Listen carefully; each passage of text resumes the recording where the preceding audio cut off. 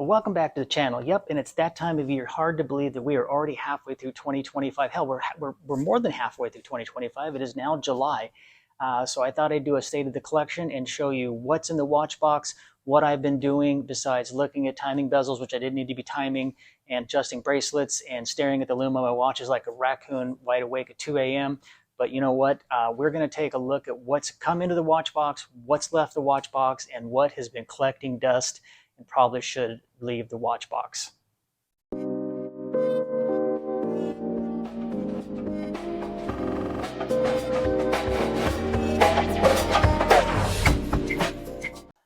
Some watches have absolutely surprised me this year. Others I thought I'd love forever, but just aren't getting the wrist time. And yes, I may or may not have broken my no new watches year promise, but again, you know, as watch collectors, it's hard to always keep those promises that we make to ourselves. So without further ado, let's jump over to the bench and let's take a look at what is in the watch box for 2025. I should say mid-year 2025. Okay, I was debating how I wanted to do this, so I decided I'm just going to go from what I wear the least to the next box, which I wear a little bit more, and then what I wear the most.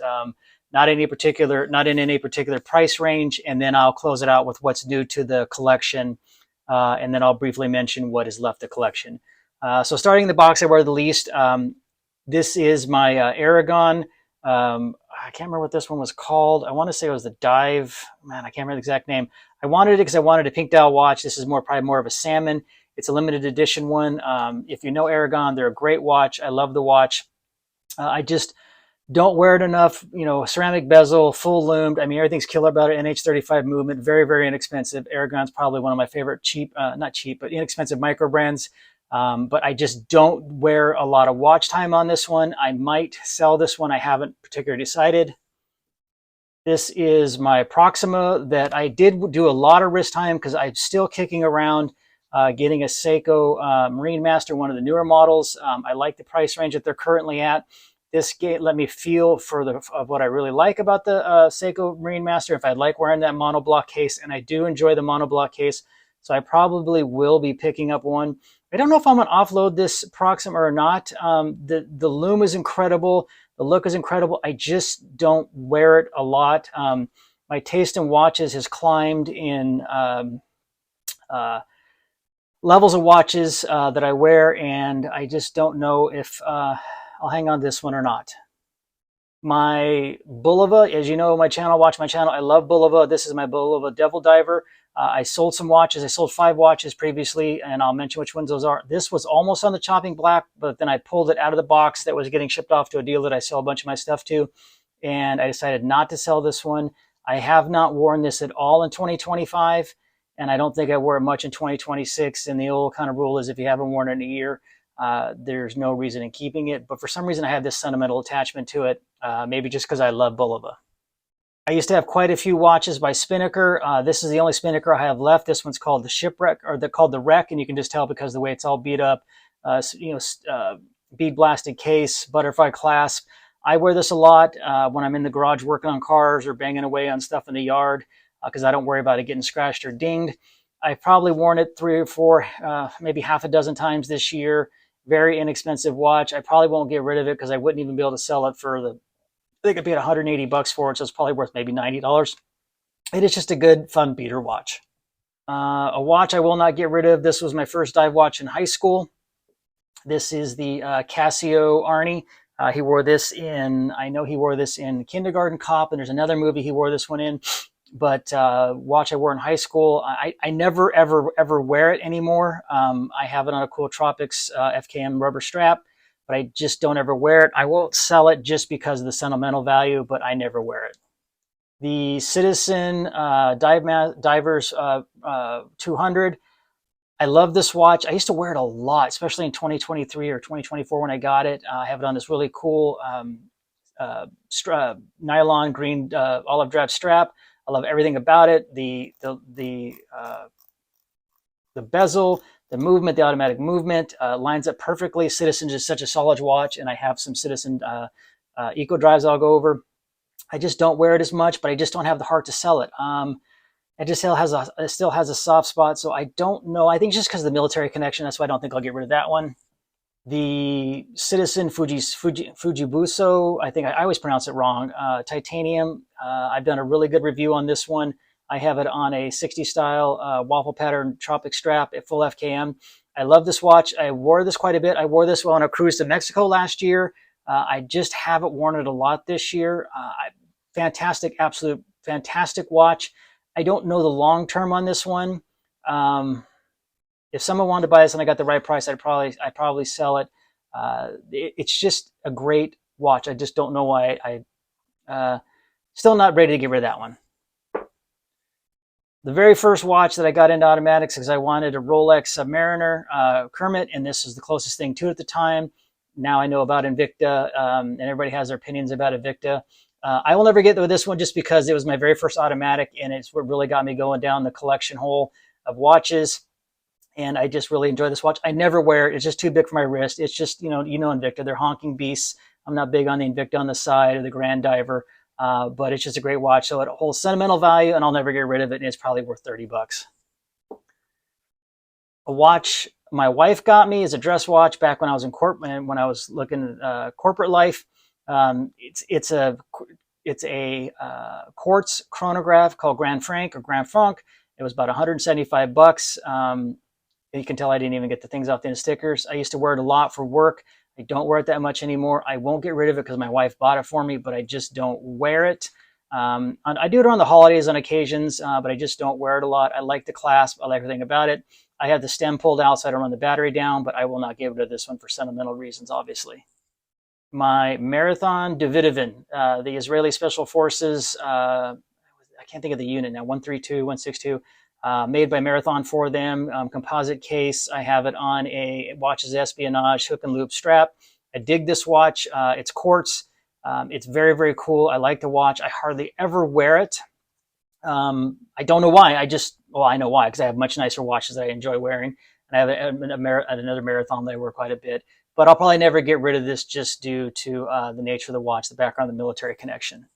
A watch I do wear when I travel because it's a GMT and it's by Sanjin Instruments. You've seen the review on this one. Sanjin Instruments was started by Marine Force Recon. It's 200 meters water resistance. It's quartz, GMT. This is called the Para Overlord. They designed this watch based on military requirements. They've been asked to design a watch to jump into Operation Overlord in World War II. What would the watch look like? And this is what they came up with the design. It is totally cool. Go watch the video on the whole backstory and how you have to be paratrooper and show your proof of doing it to be able to get it. I do wear this one when I travel because I like the GMT function, and it's just a cool watch. I have it on another Watches of Espionage hook and loop strap, a gray one. I think they called this one the Glomar Explorer, named after the Glomar Explorer that pulled that Russian ship off the bottom of the ocean in the 70s. I cannot think. Howard Hughes is Glomar Explorer. So that one, it gets more wrist time, even though it's in the box that doesn't get a lot of wrist time. It does get wrist time when I travel. Okay, next box, watches that are either ones that I modded or ones that are Microbrands. I think they're all under Microbrands except for a couple safe. Yeah, no, they're not all Microbrands. But this one is called the Shirakawa. I absolutely love this one. It's made by Shirakawa Watches out of Kyoto, Japan. It just a throwback to that cool 60s, 70s skin diver, that huge domed. It's not sapphire. It is. My mind is blanking out. The one that scratches. But anyways, I love this watch on an oyster bracelet, NH35 movement, faded kind of bezel. It's just a really cool watch. Got old patina on it. I love this watch. I do wear this at least once or twice a month, and I post it on my Instagram. You can see it got scratches on it, so it does get its wear. It's not Hesalite, mineral crystal. It's probably mineral crystal, but that's the beauty and the joy of it. And I love this watch. This one's going nowhere. A watch that I had built for me by a company called California Customs to commemorate my retirement after 21 years. I wanted a watch that imbued the areas that I deployed and what my job was. And you can see by the Arabic numerals and the Arabic thing, my whole career was spent in the Middle East and preparing to go to the Middle East and spending time and deploying to the Middle East. So it's just a really cool watch. I don't wear as much as I used to. I wear it around certain military holidays as a reminder.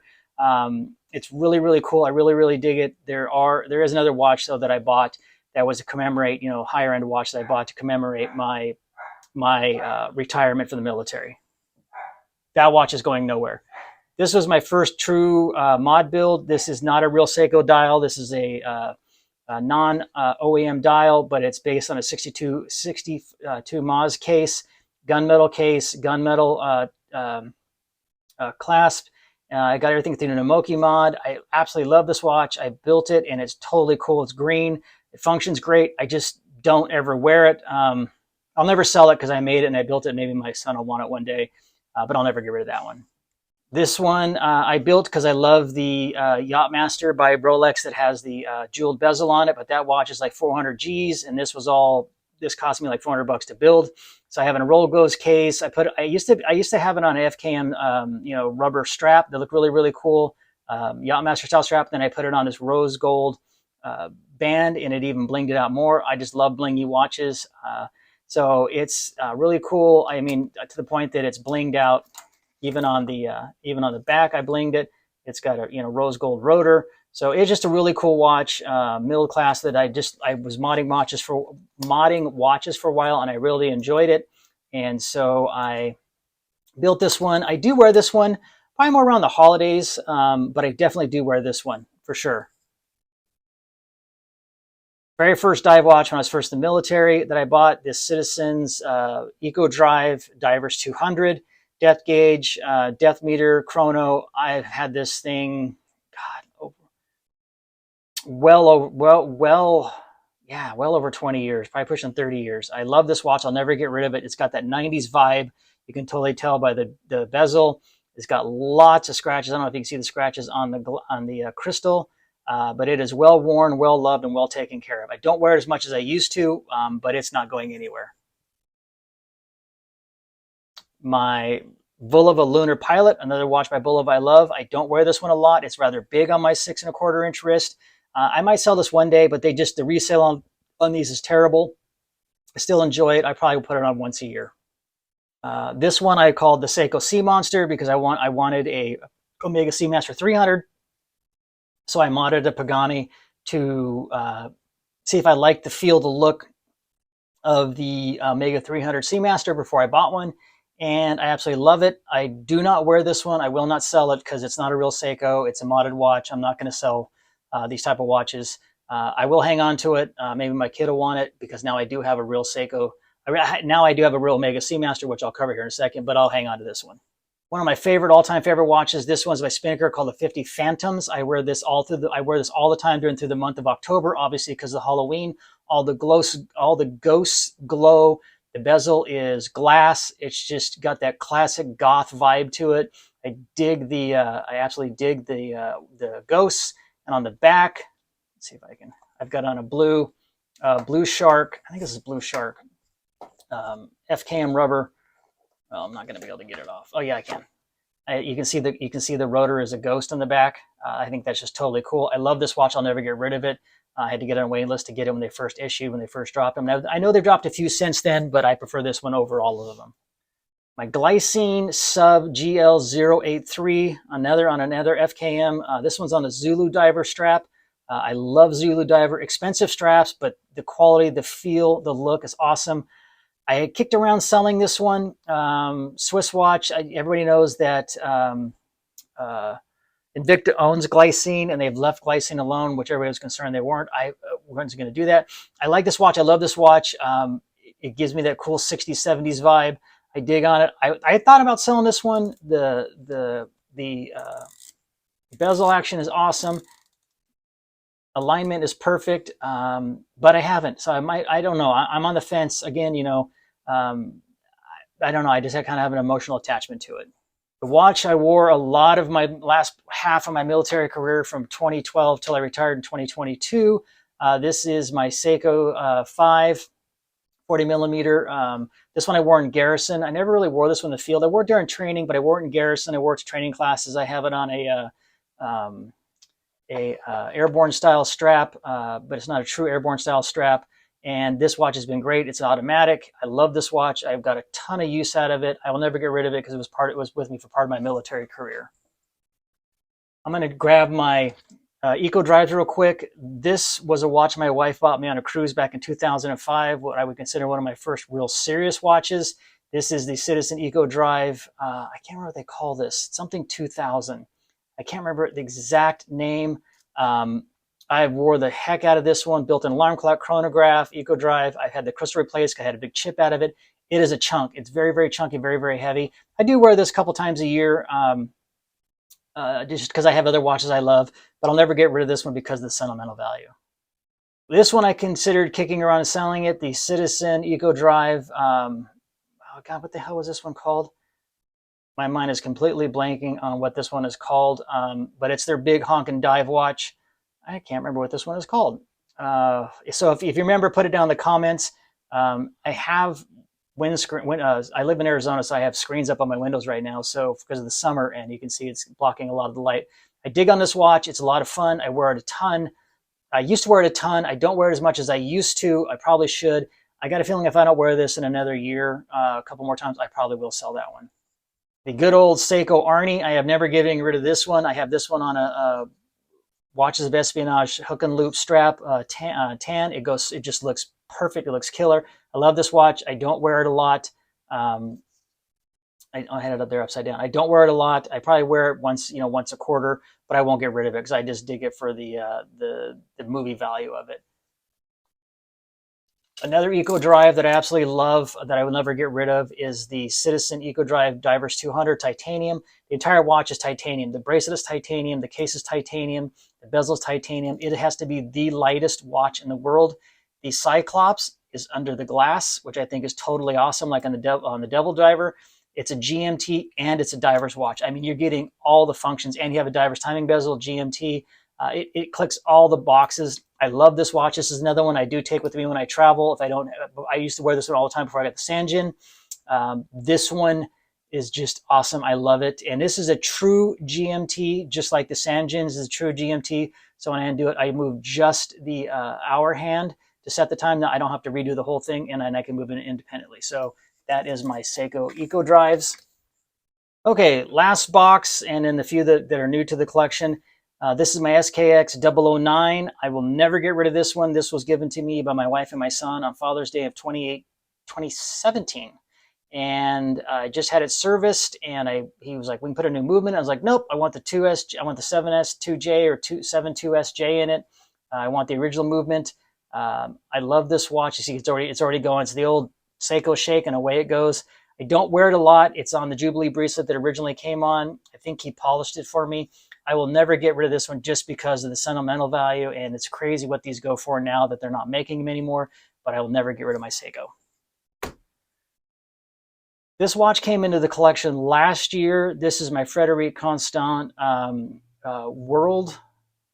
Life, called High Life. I've been watching Frederic Constant for a long time. I really love their watches. Got to handle one, was on a cruise ship, but I didn't want to pull the trigger on it there. I saw this on Exquisite Timepieces. They had it on a deal that I could not refuse price, and I pulled the trigger on it, and I love this watch. It is just a gorgeous watch. Butterfly bracelet, exhibition case back, in-house movement, FC, I think it's FC 303, gold rotor. It's just a beautiful, beautiful watch. The perlage, the snailing, is it perlage or snailing? I can't remember what they call that one. But you can see the pushers. I mean, just everything about Frederic Constant is just next level. Great value for a Swiss-built watch. They are now owned by Citizen, but Frederic Constant is still left to be on their own. A hugely underrated watch. If you look a little more sporty or dressier watch, check out Frederic Constant. I would tell you to check these watches out. They are a huge value, and they will blow up one eventually. These are just a huge value for the money. The watch I bought myself for celebrating my retirement from the military is my Tudor Pelagos FXD. I can't even think of the guy who built this strap. I have several straps for this one, but this one's on as you know, the FXD is a fixed lug, so you're very limited on tri straps. I love this watch, full titanium. Loom is killer. I wear this one a lot. It's this one and two other ones I wear the most. Well, there's four I wear the most. I absolutely love this watch. I wear it all the time. This goes everywhere. This has been to Mexico. I've done reviews on it. I think I have some shots on my Instagram page of them down in Mexico with the Mexican Marines, taking photos with them. I just love this watch. This will never leave my collection. One of the newer ones to the collection, this was a 2020 This is 2020. No, this is into 2024. Doxa sub 1500. I wanted a 300, but again, I was on exquisite timepieces. This is used. This was basically never worn by the original owner. They had a have to buy me price, and I absolutely purchased it. It is a beast. I mean, it is a beast of watch compared to the 300 because it's 1500 meters depth. Release valve. I wore this in the Bahamas just recently on a family vacation, which I just did a video on. I dig on this watch, but it is a chunk, and I absolutely love it. This is going nowhere. My Unimatic U1 is U1A or U1P1 for parachutists. You can see the Italian jump wings. I bought this one because of my relationship to the Italian Airborne Brigade out of Italy. I got to jump with them and earn my Italian jump wings when I was in the military. So this just commemorates that time. And I do wear this one probably once a month just because I just love it. It's so utilitarian. It's so perfect military. A lot of people don't like the compass bezel. They actually does function, does work if you know how to use them. I've had people make comments that it's worthless, it's stupid. No, it's not. If you know how to use it, if you don't know how to use it, yeah, then it's worthless because you're the stupid one. If you know how to use them, then they work perfectly fine. There was no reason for a timing bezel on this one because 99% what my job was the military. I was in the desert. I was in the Afghan mountains. I was never anywhere water, even though this is, I think it's 200 meters water resistance. It's awesome. I love this watch. It's not going anywhere. This one I picked up, I want to say beginning of last year. This is my SPB 151 Seiko Willard. As close as you can get to the real deal. I love this watch. It's killer. I've done a review on it. I have it on an FK and waffle strap. It's just awesome. I probably wear this at least once a month. I love this watch. It'll never leave my collection. A watch that I just did a review on, again, a Bulova. I love Bulova. This is the Bulova Grand Seville. I absolutely love this watch. I wear it quite a bit, especially on weekends and dinners out. I have the. No, I don't. I thought I had the movement out, but you can see the cleaning sweep of the hand. I love that 262 kilohertz movement. That's smooth. I mean, smoother than Rolex. I love this watch. I love that 70s vibe, that 70s styles. I grew up in the 70s and 80s. So this watch just clicks all those boxes. I just did a review on it, but usually I keep this, see if I can keep these out so I don't kill the battery. So I'm definitely not getting rid of this one. I love this one. Go check out the review I did on it. Another Bulova, same thing, 262 kilohertz, super smooth movement. I love this one. I mean, this just exudes. I have this on a, what is the name of this Italian watch band? This is such soft, supple. I didn't like the band that it came on. And this watch band is they're handmade in Italy. TGV was covering these bands. I checked them out.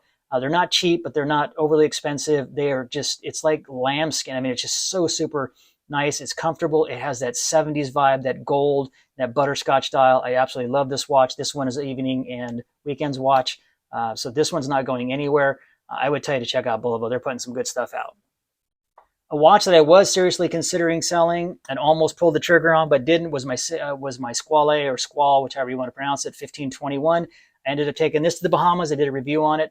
I still might sell it. I took it there. I wore it. It was perfect in the Bahamas. I have it on a Zulu Diver full FKM rubber strap. I love this thing. I don't wear it, obviously, as much as I used to. I'm on the fence. I don't know. Another watch that I will not sell. This was my first high-end, or not luxury. Well, I guess military luxury watch that I bought. I think it was like $1,500 at the time. This is my Marathon G-SAR. I love this watch. I keep it on the factory band. I've had it on a green Marathon band, but I like it on the black one. I love everything about this watch. It's just exudes. I mean, it's literally made for the military by Marathon. This is such a fantastic watch. Drilled end links. Tritium tubes. I will never get rid of this watch. This is the one that got me going down the luxury watch, level of prices. Another one that I took to the Bahamas with me when I flew. This is another flight one that I take with me. Obviously, the Seiko Flighty, as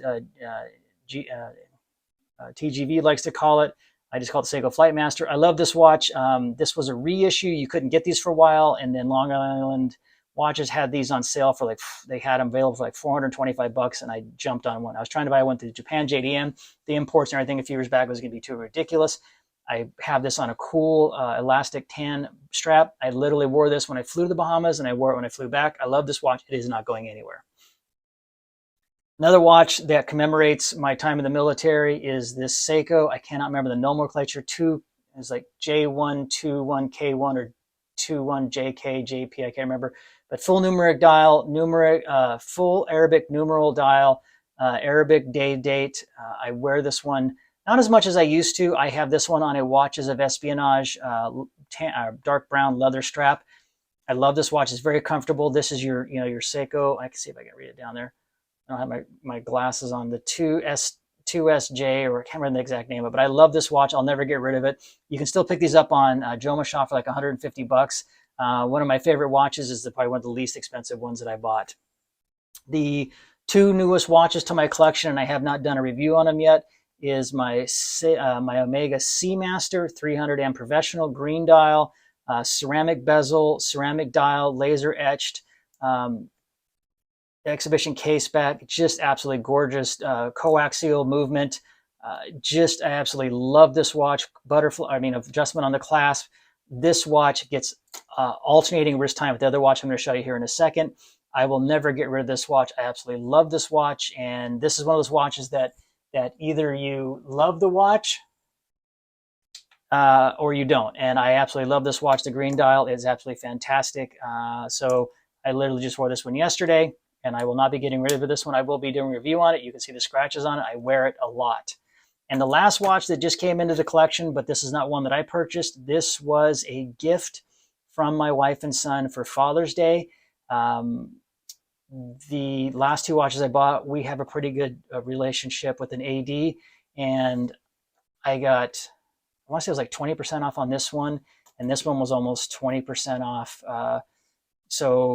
My wife, we were in there dropping off a ring to get worked on, and they had this in a case, and I was like, oh my God, this is the Tudor that I actually love. This is the Tudor Black Bay Chrono SG, which is silver and gold.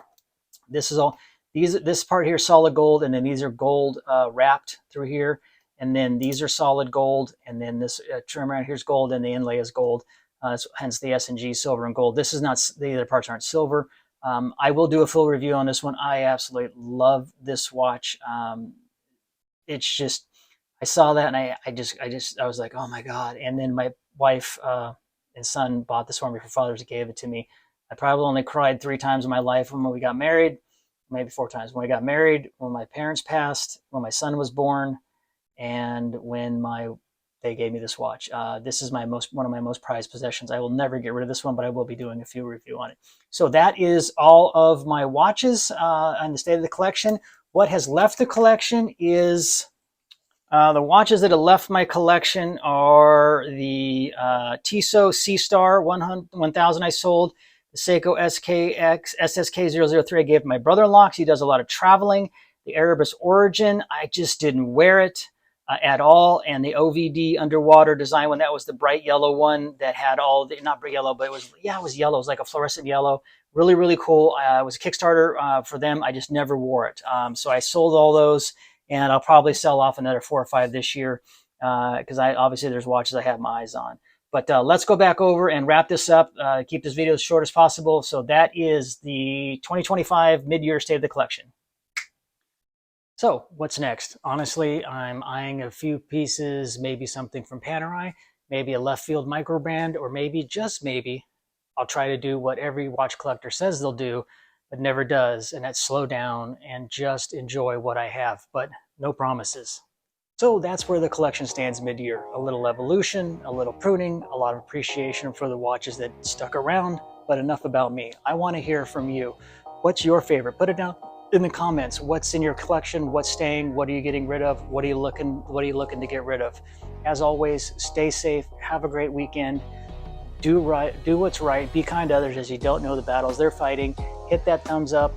Give us that thumbs up. Drive the algorithm. Hit that subscribe button, as you can always be staying notified for our next videos. And as always, I'm diving into watches. And until next time, I'm out.